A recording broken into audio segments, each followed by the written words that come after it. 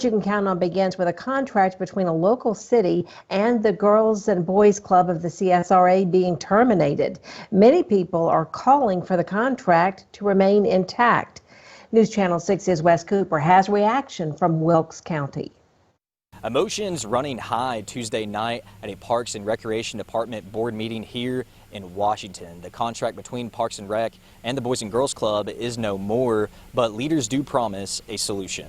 I don't have a strong opinion either way. We've kind of left that to the board. They're closer to it than I am.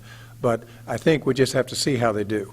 I know one thing. You've got some parents and some mothers very upset about this. Boys and Girls Club, it showed us a better way to be more active with the kids. Plus, they had sports and they had curriculum.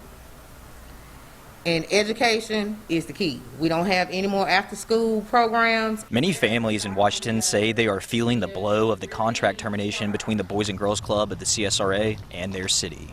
Where now are my children going to go? Because that was going to be something that I was going to use, a resource. They supposed to have another plan for the Parks and Rec.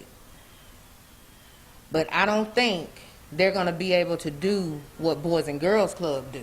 At the meeting, the Parks and Rec Board reported from January through March this year, the partnership with the Boys and Girls Club made $66,000 in revenue, but $78,000 was spent. Over a year, that would be about a $44,000 deficit. My understanding is that really on both sides, it just didn't seem to be working very well in terms of the relationship.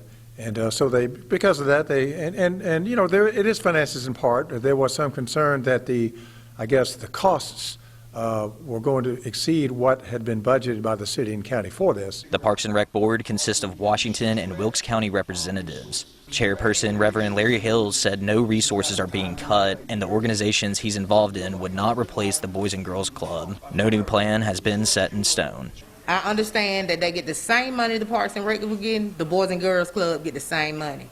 But they bring more. They bring programming, and these kids need programming. This is something we can revisit.